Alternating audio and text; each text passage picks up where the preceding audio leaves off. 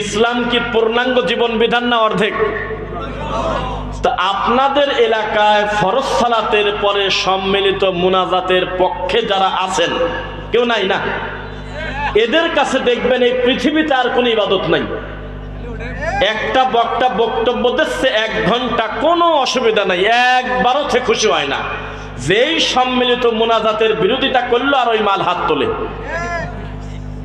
আমার আর বাশার বিন হায়াত আলী ভাইকে 2021 সালে এই গাইবান্ধাতে আটকালো, 3-4 ঘন্টা পর ছাড়লো, এরপরে আবার রাস্তায় ইট পাটকেল মেরে মেরে আমাদের গাড়ির পিছনে ভেঙে দিল। অপরাধ একটাই, বক্তব্য দিয়েছেন সবই ঠিক আছে, কিন্তু মুনাজাত করে গেলেন নাকি কাবে এই গাইবান্ধাতে।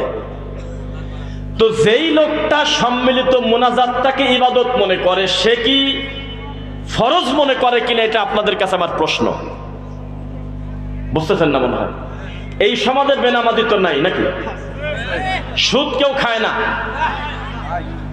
এটা কি বর্তমান কি হালাল পর্দায় আছে না হারাম পর্দায় আছে? একটু হালকা হয়েছে আর কি। তো যে কথা বলতেছিলাম, মীমাংসিত বড় বড় পাপের ব্যাপারে তাদের ভিতরে কোনো ফিলিংস নাই।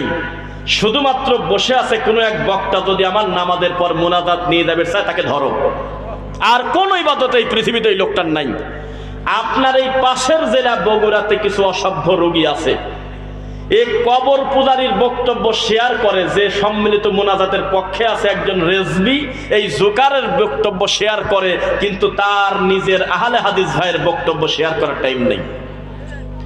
দিনাজপুরের একটা অংশে এক আহলে হাদিস ভাই আর এক আহলে হাদিস ভাইকে খাটো করার জন্য, সম্মিলিত মুনাজাত টিকানোর জন্য আবরারকে আর কট্টরপন্থী বিদাতিকে ভাড়া করে নিয়ে আসে।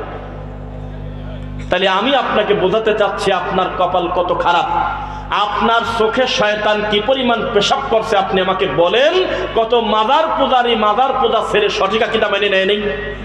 কত ভ্রান্ত আকীদার লোক তওবা করে সঠিকটায় ফিরে আসলো, সারা জীবন মূর্তি পূজা করলো, এত বড় খারাপ লোক পর্যন্ত সঠিক আকীদা মেনে নিল। আর মুসলমানের বাচ্চা সম্মিলিত মুনাজাতের বেদাত ছাড়তে পারে না।